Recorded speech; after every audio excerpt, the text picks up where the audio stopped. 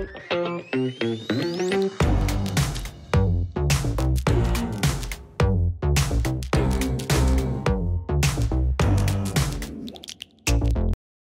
right, so can you start by giving us a short introduction of yourself? Short introduction to myself. This is one of my favorite questions to ask people generally because a lot of people are really afraid of the question, what do you do? So when people ask me, what do I do? The first thing I say is I'm self-employed, and then I'll say I run an online accelerator for founders and freelancers. Nice. Yeah, that was nice and simple. That's the simplest answer. It kind of depends on the audience. Yeah. If I'm like at a place that has something to do with podcasting, I'll say I'm a podcaster. But generally, I'll say I run an online accelerator for founders and freelancers. That's awesome, man. So, all right, so let's dive into this a little bit more. So next question is, can you describe the people that you help? Yeah. I help people who are, I'll go short answer again.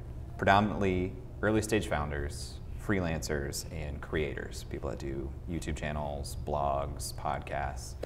But if you want to put that under one umbrella, I would call them people who are designing a life of their own design or building a life of their own design.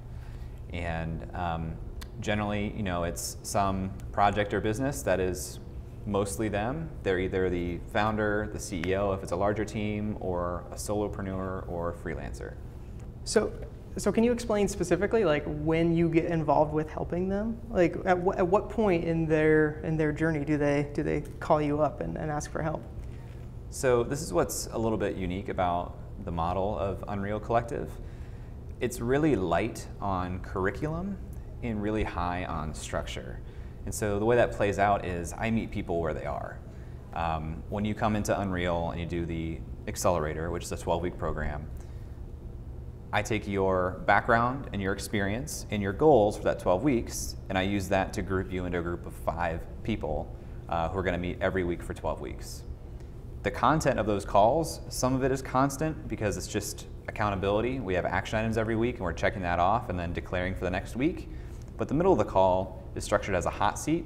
And so every individual gets 2 hot seats in the program, and how they want to spend that time is up to them. So I've met with people who are years and years in business that have been a part of the program. I've met with people who are literally square one with an idea who are part of the program. Wherever they are defines what type of group they're in and what that experience is like. But we put together a 12-week roadmap for them at the beginning that is specifically for them to say, what is your goal 12 weeks from now? How do we get there? Let's back that up into specific milestones and bucket that into a 4-week check-in, an 8-week check-in, and a 12-week check-in. And so it's different for everybody. Yeah. So this may be a difficult question, but what do you think makes you qualified to do this? My background is in product management. So I'm really, really good at taking big things and making them small and actionable, and making plans. So I don't pretend to have all the answers for everything they're going through. A lot of the value of the program is in the group around them. Because if I'm a freelancer, I have groups of entirely freelancers. And so some of them will be freelance engineers, writers, graphic designers, brand people, photographers, videographers. So they all do things differently. They're different businesses, but a lot of the stuff they're struggling with is the same. A lot of it comes down to like business development and basic how to find clients, how to communicate with clients, how to make a proposal, how to write a contract, how to sell more. So a lot of that stuff is consistent, and now having worked with 75 people, there's a lot of patterns that I've seen that I can help people shortcut the process a lot. But on all these calls, I try to take a back seat and let the conversation emerge with everyone around them, because they're freelancers too. They have their own methods of business development that may work for them. That's not something I've done, but it works for a specific kind of person or business. The base level of what I'm promising in the program is simple accountability, and 12 weeks from the start, you're going to have more accomplished having been a part of the program than if you were out still working just in isolation. For sure. So now, are these people meeting in person, or are they meeting online? It's online. It's through Zoom predominantly. All of our calls are on Zoom. I would say that 2/3 of the people are in Columbus, but even for people who are here, and we do have some groups that are wholly Columbus groups, We'll meet outside of the group times, but by default the group times are all remote because it eliminates any type of commute. A lot of the people I work with are location independent themselves, so they may be traveling themselves. So having everything remote by default helps a lot because they drop in at the top of the hour, they can drop off at the bottom of the hour, wherever they are. They can call in on the phone, they can do it on the mobile app. It makes it really easy to bucket a consistent hour into your week and actually, commit to it and hold it. So at what point are they, I guess financially as a company, are these really young companies or are they kind of older? A lot of them are pretty young, especially the startup companies. But I've definitely trended more towards freelancers and the creators. The creators are typically, they have an idea, they've started building something, but now they're in a place where they want to polish the production and they want to grow their audience. And the freelancers are typically in a place where they're in business, they're serving clients, but they want to really optimize the actual business aspects of their freelance business, and they need to have better processes around their business development. So very rarely do I meet somebody who is like pure idea stage, because I just don't think it's usually a fit. There needs to be some level of commitment, because 12 weeks is longer than it sounds. It's 3 months, and if you're at the very beginning concept stages of something, oftentimes you'll get 3-4 weeks into it and realize this is a lot of work, I don't want to do it. And that's a bad experience for them in the program, it's a bad experience for the other people in their group. So typically it self-selects for people that are already operating and committed. Nice. Where are most of the people that you work with? Are they mostly local? Are you working with any national or international? Or?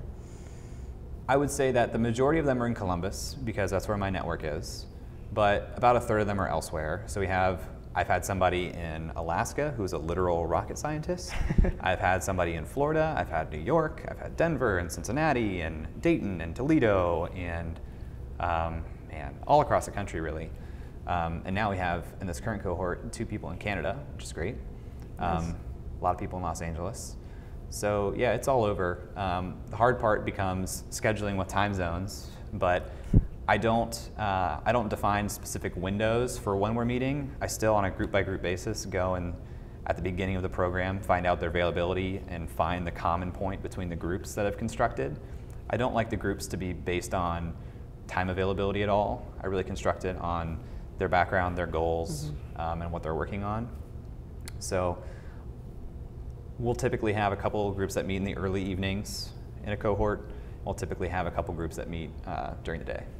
So this isn't a question that I have written down here, but I'm just kind of curious, listening to this. I've kind of been on the outside looking in on this. I've seen you kind of start this thing that started off as this little thing, and all of a sudden I see it start gaining traction. I see your podcast coming out, which I'll talk about in a second. I'm curious, where are you going, I guess? Where am I going? Yeah. What's kind of your goal with this business? Is there something specific that you're trying to get to? I know that I want to continue to serve and work with people who are building something and doing it almost out of compulsion. Like they can't help but be doing this business or this project or this thing that they're doing. The form of that may look a little bit different. For me personally, I want to get away from anything that's service-based and be all around products and content. So, if I think about my income, I think about my income as like a proportion. And if like right now you have 100% of your income up here, I would say that, like 80% of it is service-based income right now and 20% is products. Over time, I want to just change these proportions to keep that regular amount of income, but be mostly product-based. Yeah. So, that started last year doing work with LinkedIn Learning. I'm a course author on their platform. I have 4 courses now that are published. And those are publishing agreements with LinkedIn. I can also take some of that content and repurpose it myself and make my own courses, which I plan to do this year, specifically for freelancers. And over time, the earlier stage people that I work with will probably be served by content and courses, free and paid, and the Unreal Accelerator Mastermind program will probably start to go towards someone that's a little bit further along in their entrepreneurial journey. So one of the more difficult questions that I like to ask, trying to get a little bit more into the shoes of your customers, clients. What is it that they must have already done before they call you? Before they call me, I want to know that they have committed to this idea. You know, I want to know that it's something that they're going to stick with for a period of years, not just months. Because, you know, at the end of the day, I love working with people, but I love working on things that are going to continue too. I've had some experience as a product manager where we've built products that no longer exist or were killed, and there's like nothing more demoralizing than having spent a lot of time in something that just no longer exists. And I feel that same way with my clients' projects too. So I'm looking for some level of commitment, and I've also wanted them to think about their goals so that they know, you know, here's where I'm going in the next 6 to 12 months, not just the 3 months of the program, because that helps really calibrate what we can do in our 3 months together and make the plan really simple. But really that's all that I would need from them to get started. Obviously a little bit of homework and research on what the program is so their expectations are aligned. But you know, if they come in and they're saying, I have these goals, and I'm gonna be doing this, I can say, great, let's pour some gas on the fire. So what if somebody came to you and they're like, hey, I think I wanna run a business, but I'm not really sure what? I would say, okay, let's talk about it. And because I'll have a conversation with anybody, and I'll try to pull out of them like what level of fire is in them. Because I have had some people that come on, they're like, I want to join Unreal. I think it'd be good for me. I'm playing around with a couple of things. And I don't just say no, I say, let's talk about it. And then when I hear about what they're working on, I'll say, okay, I think this is a fit, but you would have to pick a specific direction and set a goal for that and be committed to that. If they came and said, I'm thinking about starting a business and I don't know what, I'd probably tell them, okay, well, try something and let's talk when you figured out if you want to do it or not. Because there's a little bit of celebrity to running a business now that is the wrong reason to get into business. And if that's the reason that you do get in, you're probably going to burn out pretty quickly. And that's not the experience I want anyone to have with my product. It's not the experience I want anyone to have at all. But I don't necessarily want to dedicate my time to that discovery. Okay, so something I really like that you said there is that a lot of people think that entrepreneurship is this sort of celebrity thing. How are you able to tell the differences? I mean, you started talking about it a little bit, but I'm curious, like how you can tell the difference between somebody that truly wants to build something and somebody that says that they truly want to build something. And I have no doubt that they actually believe that they do. But how do you tell the difference between those two people? I think it comes down to how much context they have around something, and not just the idea, but the problem. You need someone that's obsessed with solving a problem or obsessed with creating something that didn't exist before to have that level of commitment. Like they have to see some future version of the world that is better if they do this thing, and that they can't help but do this thing. So I think, I mean, it's kind of a cop-out answer, but you can really kind of sense when somebody is like physically pulled to do this thing, and not just doing it because like, I want to call myself a founder. You can tease that out pretty quickly from people. And generally, if they're just going at it kind of the contrived backwards route, they have an idea that they think would work, but they haven't talked to customers. They don't know if it's an actual problem, and it's not born out of a need. It's just something they think would be cool. So in that case, you know, I push people towards doing some proper customer discovery and interviewing customers and finding out if that's necessary or not. And I will say early on, I did take on people who were at that stage, and a lot of what I'm saying now is from having learned it's not the best outcome or the best fit for people. So I've really kind of drilled down on where people start from and what is a good fit, and said no to people who would be willing to pay money and join the program, but it's not best for them or for me or for the people in their group. That's one thing I've also seen since starting my business, where I mean, before I started like my business full time, it was just a freelance thing. And I remember a few people that I remember taking a phone call, and this woman talked for at least an hour before I could even say anything. And I was like, okay, that was like my first red flag, is like, you're just talking, like I'm being like a therapist right now. But like, yeah, like I didn't even have a chance to like respond to anything. And I can't remember exactly what she was trying to sell, but like at the time I was like, yep, let's do it. Whatever you want to do, like that sounds good to me. And then probably like a week or two later, and you can imagine how many emails she sent between that week for talking that long. She's like, you know what? I don't think I'm gonna do that. I'm gonna do something else now. Like I'm gonna do a different kind of business. And it's like, wait, last week you were like all about this. And I've actually had that like multiple times where people are asking for a video on something that they're doing, and then digging a little bit deeper, then they're like, you know what, I'm not gonna do that, I'm gonna do something else. It's like, to me, there's this world of drop shipping that's you know, growing like crazy, where everyone's like, I don't care what I sell, I'm just gonna try to sell whatever. Maybe you could talk to that a little bit. And all it takes is marketing. Yeah, a lot of people will try to go the short route of, you know, having a business. It's like, I'm gonna get a Twitter handle and a domain, and I'm gonna have t-shirts and stickers and a video on my front page, and voila, it exists, it's a business. Or they'll like try to solve all the problems with digital marketing when their main problem is they don't have a product that is solving a need for a customer. And it's frustrating, but it gets so much easier over time to sniff that out quickly and just say like, pass. Yeah, for sure. Okay, so a couple more questions. The first one, and again, some of this you've already started to answer a little bit, but I want to dig as deep as we can here. Why is it that you believe the work you do is important for people? I think what I do is important for people because I've seen it, frankly. I mean, when I first started this, I started with 5 people who didn't pay me anything, and I said, I think this would be good, let's try it out, just humor me and meet with me for 12 weeks.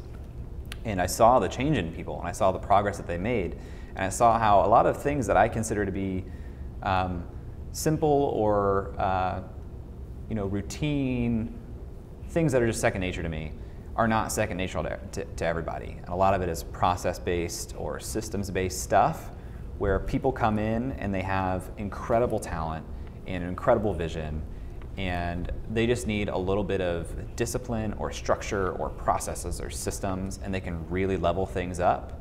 Whereas historically for me, it's been the complete opposite. I've had so much more discipline and operational ability than I've had vision or creative talent. So I've kind of just developed that other muscle really strongly. And when I see that I can take that muscle I've developed and bring it to people who are just really good creators, but feel like they're stuck or in their own way, when I add that to what they're doing, I see them live like better, more fruitful lives because they're, you know, having more success with their business.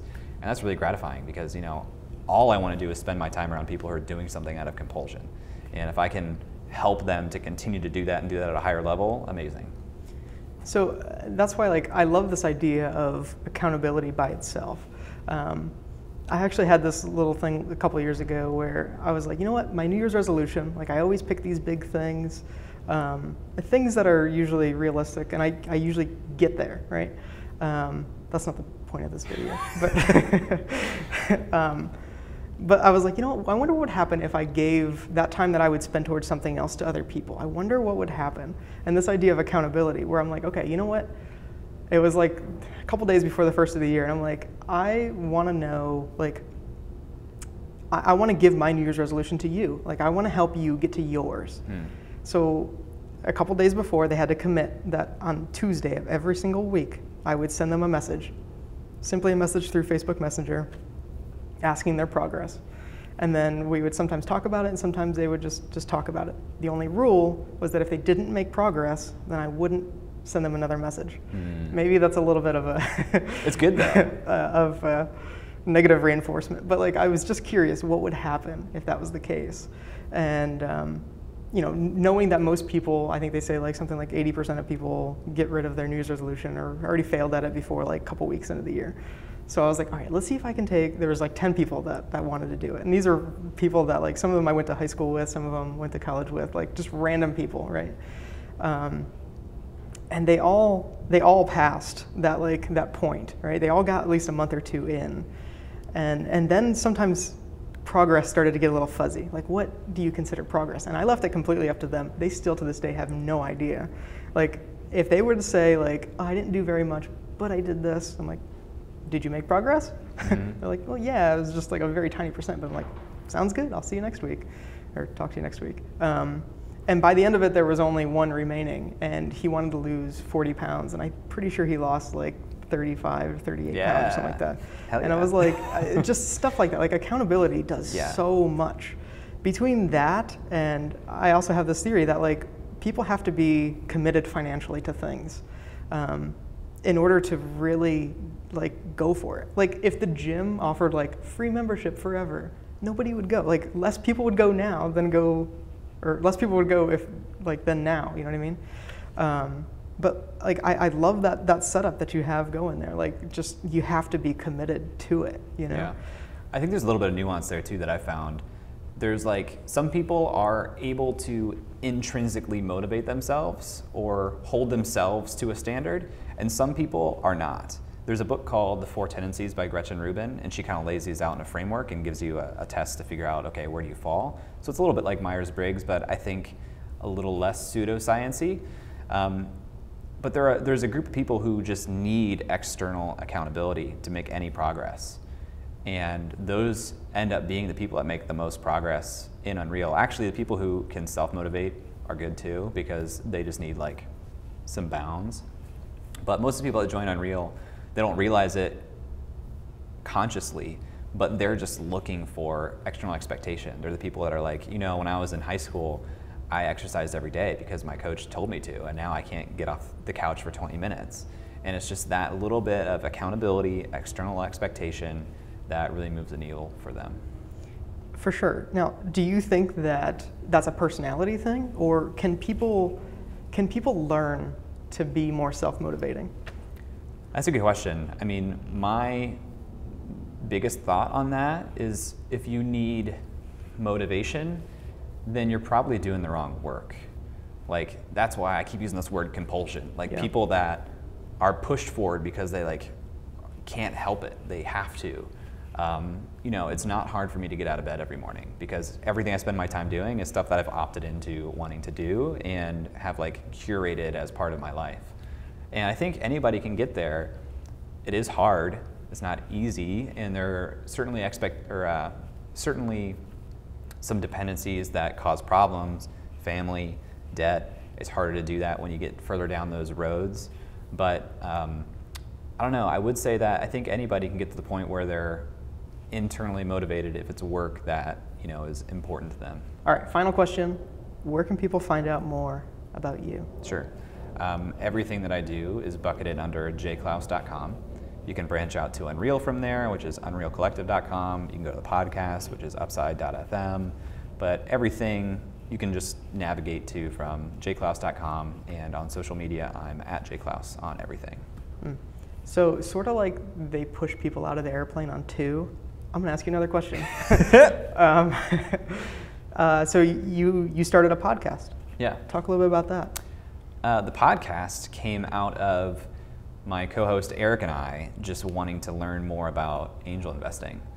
And at first we thought, what would it look like to raise a fund? And I don't know if you've ever raised a fund before, but it's a lot of work. And so we knew that.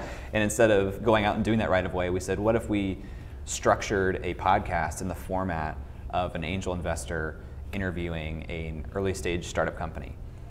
And so we just got started, and we've published every week now since the first week of May 2018. I think 55 episodes have been released now, and we're having a blast. It's also given us shockingly amazing access to just about anyone we want to talk to. Even if they say no to the interview, which has only happened twice, they answer the email, which is amazing in today's world. But I think access in general is easier than we make it out to be, but a podcast is a great place, great platform to build for yourself to get access to all kinds of people. Awesome. Well, that's all I have. Awesome. Thanks cool. a lot, man. This has been been cool. This has been really cool. Yeah, man. Thanks.